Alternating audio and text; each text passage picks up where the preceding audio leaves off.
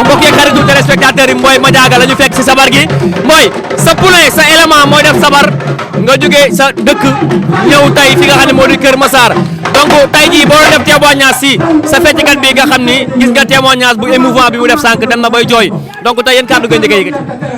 waaw salaamaaleykum maa ngi nuyu waa Sénégal yëpp di nuyu nag banlieue yëpp surtout Guédiawaye mais di nuyu samay fans waa Njarka sama doom la yàlla moo boole ak moom mu ni papa Mboye lay feccal ñëw tax ci man kon man bu xewlee maa fi war a njëkk maa fi war a mujj parce que man loolu laa gëm yàgg naa ne wax ñi may àndal ñëpp ni leen naw leen nawloo man ki ma nawloo laa gëm te moom moo ma nawloo rek ma nawloo ko muy sama doom yi suma xarit ma ànd ak sama mag Cheikh Gueye ñëw teewal ko ci bisam bi waaw. raar na nga gis artiste bu mel ni yow mu ñëw ci sabar toog jël sees toog parce que génération bi fi nekk yaag ñoom yéenay démarré doo ñoom Sidi Diop ak ñoom Tarba Mbaye gars yi fi nekk yëpp sa génération lañ donc yow boo wàccee sa bopp tey ñëw ci sabar toog kooku am na fu mu toll ci yow. waaw loolu moom mooy yoon nit ku ne amul lu ko bëgg ma moo tax ma bàyyi sama lépp ñëw teewal ko parce que loolu moom mooy yoon nit ki su fekkente xale bu jigéen la bu jógee këram 2 heures du matin ndax yow di la feccal foo nekk ci àdduna di ko yóbbu fu nekk kon bu xewlee da ngaa war a teew bu nekkoon Casamance ma fekk ko fa tey waaw. boo gisee showbiz bi defante bi Wally Seck jubóog na ak Sidi Diop xanaa yow di nga jubóog Sidi Diop di nga dem Sidi.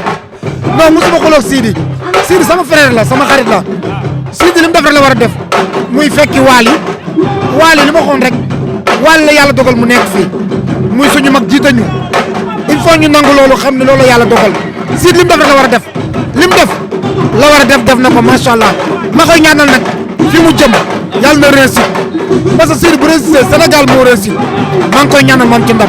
donc classe bi amoon seen diggante yéen ñaar yaa koy ñaanal mu feesal Zénith parce que gis nañ doxe ndogu bi nga xam ne ndegee moo ko doon def ñu bëri ne Sidi Diop ak kii di Mboye Madiaga seen guerre jeexagul ba léegi.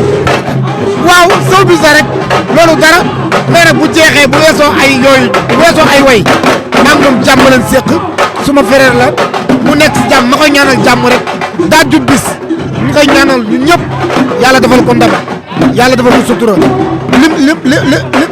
lim ciy séntu yàlla na weesu njortom ci barke Seexul Xadiim. soo gisee jubóom ak Wally Seck. waaw moom li ma wax rek si li war def la lim def la def lim def la war a def Wally mooy suñu patron ñun ñëpp Wally la fi yàlla teg il faut ñu nangu loolu garaawul lim def nii loolu war a def bu yàgg def na ko jeex amul leneen. ñu wax naan jubóo Sidi Diop Wally Seck wala jubóo Mboye Madiaga ak Sidi Diop soo bi day fay noonu nga ko gisee wala. waaw mais ñooñu mooy nit ñi rek xam nga fan sii la xam nga doy na waar rek. nga jubóo Sidi yow. waaw man Sidi ma xuloo maa moom non xuloo maa moom. mais Seck yi. mais xarit. Wally Seck jubóo na ak Sidi Diop loo ci wax. da nga mos a xuloo. da nga mos a xuloo. mais nag. waaw. mosoo xuloo. ñoo xuloo. ñoom ñaar dañoo bëggante ay waykat lañ. mosoo xuloo. gaa yoo xamul rek mais Sidi rakko Wally la Wally magu Sidi la. mais ñeneen jubóo bi du arrangé showbiz yow noo ko gisee. comme nan. nee nañ bu jubóoyee ñoom ñaar showbiz bi du neex. xanaa ñu wax la bëgguñu jàmm. fu jàmm xëyul ba foogoon. fu jàmm xëyul ba foogoon na leen bàyyi rek. jubóo nañ. alhamdulilah mais man li ma jàpp mooy mosoo xuloo. doo jubóole sa copain ak Sidi Diop jubóole leen. kon. sa copain ak Sidi Diop. xam leen jëlee. Mboye Madiaga ak Sidi Diop dañoo xuloo de. ak ñaar dañoo xuloo. non xuloowul de. mais mooy da koy tooñ sax Sidi da koy tooñ. aar loola. aar loola. aar tooñante la quoi. Sidi loolu taxul ñu naan Wally ak Sidi léegi mooy ak Sidi après la ñu wax. kontaan nañ. kontaan naa xarit. jaajëf. te bu